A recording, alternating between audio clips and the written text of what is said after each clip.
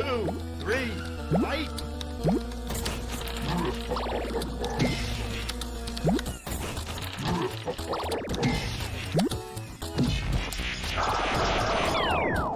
You win!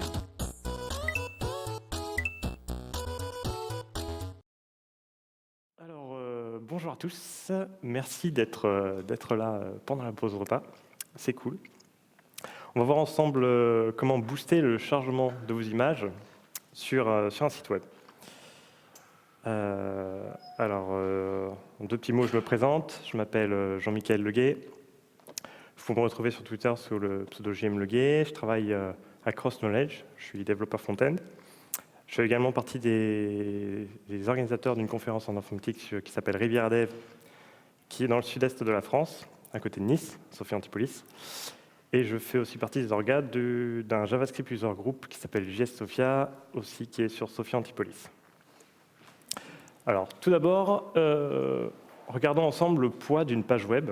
Si on regarde les stats, on peut voir que la moitié du poids d'une page web est constituée d'images.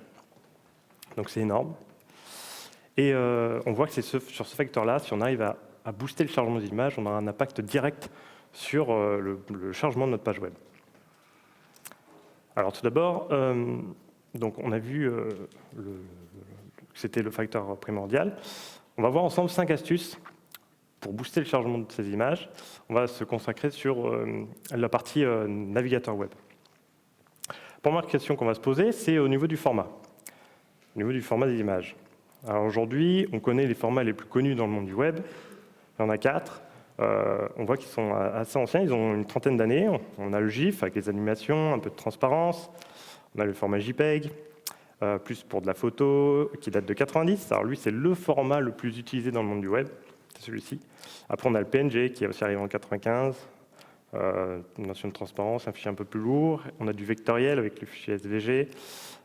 Plus pour des pictos, des logos, etc. Donc ok, on voit on a ces formats-là qui sont utilisés, qui ont une trentaine d'années. La première astuce, c'est qu'il existe un format qui s'appelle WebP, qui est sorti en 2010 par Google, il est open source, et il permet de réduire entre 25 et 35% la taille de vos images par rapport à un format JPEG PNG. Donc ça, c'est super intéressant. Et il permet la compression avec et sans perte de données. Ça nous fait penser à une notion semblable dans les JPEG. On a une notion on peut avoir de la transparence. Ça nous fait penser au PNG. On a une possibilité de faire des animations dessus. Ça nous fait penser au GIF. Et là, on voit qu'on a plusieurs besoins et qu'on peut répondre avec ce format WebP. Il faut savoir que WebP, aujourd'hui, c'est utilisé en production déjà. Donc, vous voyez des grands noms qui l'utilisent, YouTube, Facebook, Google+, Netflix, etc. Par exemple, sur Netflix, si vous allez avec Chrome et que vous allez sur Netflix, les vignettes de vos films qui se chargent, majoritairement seront chargées en WebP. Donc c'est cool. On voit que ça fonctionne déjà. Et au niveau du support navigateur, alors un truc qui est intéressant à voir, donc c'est un format qui date de 2010. Les vraies versions, enfin celles qui étaient les plus avec le plus de fonctionnalités, l'animation, etc. C'était vraiment 2014, date à laquelle donc, Chrome l'a complètement supporté. On voit que Edge le supporte depuis novembre 2018, Firefox depuis le 29 janvier 2019, donc i11, non. Safari, ils ont fait des tests en 2016, mais depuis on ne sait pas trop ce qu'ils font. Mais donc on voit quand même que récemment les navigateurs le supportent et que c'est un format qui est pris en charge de plus en plus. Donc on peut voir, en grosso modo, 70% de nos utilisateurs finaux peuvent utiliser ce format WebP. Alors comment on convertit une image en format WebP? 3 options. On utilise l'outil officiel de Google, c'est WebP. C'est WebP avec un format d'image source. Ensuite, on dit l'output. On a un facteur -Q75, par exemple. Là, c'était un facteur de compression qui nous permet de dire, c'est de la compression d'image avec ou sans perte de données, avec le moins lossless. Donc voilà. Deuxième option, dans un script node, par exemple. En deuxième ligne, on utilise un plugin ImageMin. Et après, voilà, on définit le répertoire source, le facteur de qualité, là, 75%, et on convertit notre image. Troisième point, par exemple, dans votre chaîne de build, là, dans du gulp, C'est un petit peu plus verbeux, mais grosso modo, c'est le même fonctionnement. On a un plugin qu'on charge, un répertoire d'entrée des fichiers PNG dans le Google Task et le répertoire de sortie, toujours avec notre facteur de compression. OK. Alors, il faut savoir qu'aujourd'hui, dans Chrome, donc dans tout ce qui est DevTools, vous avez une partie qui s'appelle Lighthouse, qui vous permet d'auditer votre page web et d'avoir un rapport d'audit et de voir quels sont les axes d'amélioration de votre page web. Et il y a un champ donc, qui s'appelle Serve Image in Next Gen Format, qui vous donne une estimation du gain de temps que vous auriez si vous passez sur des images de nouvelle génération, comme WebP. Alors, on a vu les WebP, on a vu comment on peut en fabriquer, comment on peut l'utiliser. Alors, une deuxième astuce, ça sera le tag source. Le tag source, grosso modo, c'est vous avez un son, une image, une vidéo. Ça va permettre de définir plusieurs ressources à votre navigateur pour qu'il cherche ce média. Alors là, voilà, on avait avant notre image. Maintenant, on va encapsuler notre tag image dans un tag picture et on va définir le tag source avec l'image WebP et notre fichier source, enfin notre fichier d'image. Et là, ce qui est super intéressant, c'est que le navigateur va regarder les tags sources. Vous pouvez en avoir plusieurs, par exemple du WebP, du PNG, etc. Et il va prendre en compte, il va charger la première image qu'il est capable de supporter, qui supporte le format. Et pour les navigateurs plus anciens qui ne supportent pas le tag source, il y a un fallback, ils vont charger tout simplement l'image JPEG dans ce cas-là. OK, le tag source, on voit qu'il est quand même largement implémenté. Donc ça, c'est top. On va parler maintenant des dimensions de l'image. Donc, comme vous pouvez vous en douter, par exemple, si on a un mobile, on ne va peut-être pas forcément charger l'image qu'on utilise quand on a un desktop. Donc, faire de l'affichage en fonction du device. Alors là, je pars sur une solution donc, avec l'attribut source set. Je ne suis pas parti sur les Media Query, qui est plus destiné pour du style au niveau de la page web. Là, on part dans une idée où on a une galerie photo. Par exemple, c'est vraiment de la donnée qu'on a sur notre page web. Et donc là, on a l'image. Qu'est-ce qu'on va faire? On a l'attribut source set. On va définir les tailles de l'image. Alors, ça a l'air compliqué, mais ça l'est pas. OK? Donc, on a le source set. On définit notre petite image. Voilà, c'est 480 pixels. Notre taille réelle de l'image. Notre image large, voilà, 1080 pixels. Et ensuite, on va définir les largeurs d'écran disponibles. Ce sont ici des médias query qu'on a mis. Et là, grosso modo, c'est j'ai un téléphone pour le MaxWidth 320 pixels. Je veux qu'il s'affiche sur toute la largeur de mon téléphone. Et dans les autres cas, 50 VW, iPad, desktop, etc., je veux que mon image s'affiche que sur la moitié. Et ce qui est top, c'est que là, le navigateur, en fonction du réseau, en fonction de la taille de votre image, la densité des pixels sur votre média, sur votre device, il va savoir, OK, lui, il va dire, c'est cette image-là que je dois la charger, sinon ça sera celle-ci, et ça sera plus performant.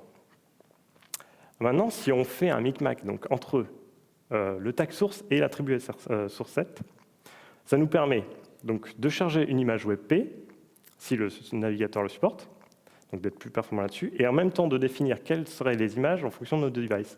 Donc là, on a le source et les différentes images qu'on va chercher sur nos devices. Et dans DevTools, dans Lighthouse, on a encore un champ qui nous dit « OK, est-ce que vous faites ça correctement ou pas ?» avec une estimation du temps que vous gagnerez. Donc Properly Size Image. Astuce numéro 4. On va voir le lazy reading. C'est quelque chose qu'on connaît assez bien, enfin qu'on a déjà entendu parler. C'est donc un petit rappel. Le but, c'est d'afficher des images de charger que les images que l'utilisateur voit, consulte actuellement. Celles qu'il ne voit pas encore, c'est pas la peine de les charger, on les chargera plus tard. Alors là, deux libs qui sont assez connus dans ce domaine et qui fonctionnent assez bien et de manière similaire. Lazy Sizes et Lozad. Comment ça fonctionne? On importe la lib avec la balise script. Et après, dans notre image, tout ce qu'on fait, c'est on change le tag, l'attribut src en data src, et on rajoute la classe lazyload. Et une nouvelle, c'est que le lazy loading est en train d'arriver nativement dans Chrome. C'est encore une fonctionnalité expérimentale, vous l'avez dans les flags, mais vous pouvez l'activer. Vous n'avez pas besoin du coup d'utiliser de libs supplémentaires, ça vous permet de faire du lazy loading. Ça, c'est cool. Maintenant, je vous parlais la cinquième astuce, la dernière. Alors, ce n'est pas vraiment une astuce de chargement, d'optimisation de chargement, mais ça sera plus une astuce pour le rendu pour l'utilisateur. Comment il va percevoir l'affichage. Donc, le progressive loading, qu'on peut aussi appeler le blur-up, si vous cherchez sur le net, c'est un effet qui est vachement connu et qui est utilisé sur un médium. Vous avez un effet où vous voyez que l'image, en fait, elle est en train d'arriver. Il y a un effet flouté. Vous dites, elle est là, je la sens, mais en fait, elle n'est pas là, elle est en train d'arriver. Et c'est top. Alors, on va voir ça ensemble. Alors, Facebook l'a également implémenté. Eux, ils ont appelé ça la technique des 200 octets. Grosso modo, on a une image de taille, la grande image. Ils vont la réduire à fond. Pour qu'elle soit toute petite, elle va faire 200 octets. Et après, ils vont l'agrandir à fond. Et là, elle va être toute pixelisée, toute moche, mais c'est pas grave.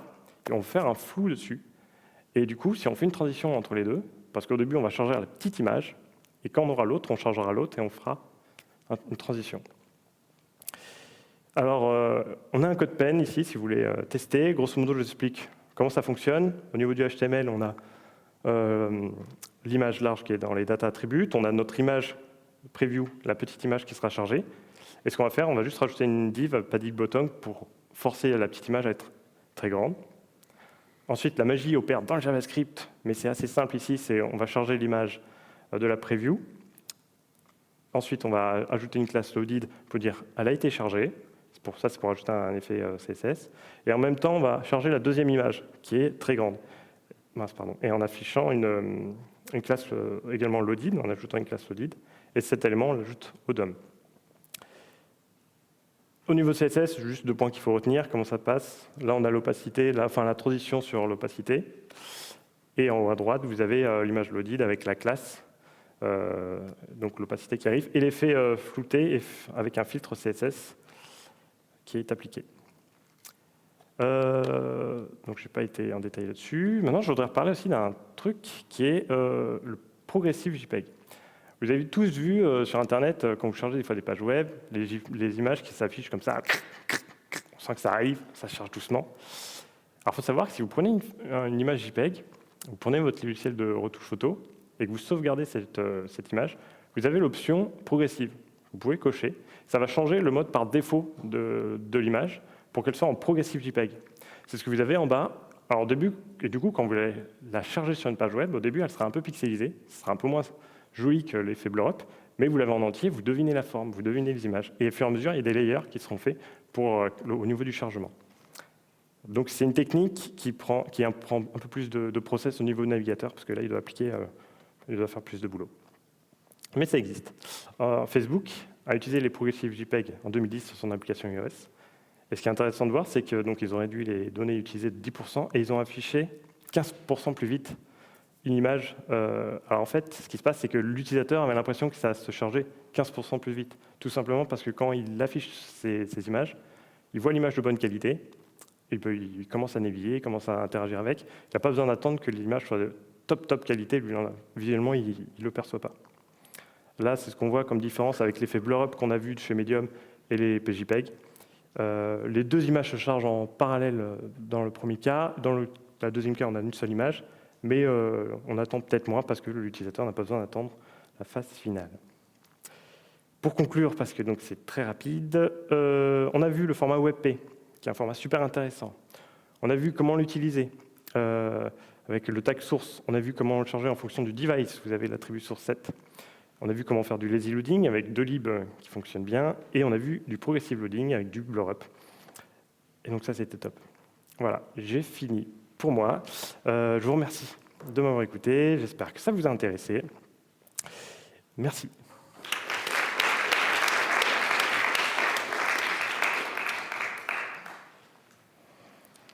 Voilà, donc n'hésitez pas à venir après me voir si vous avez des questions. Voilà, c'est tout.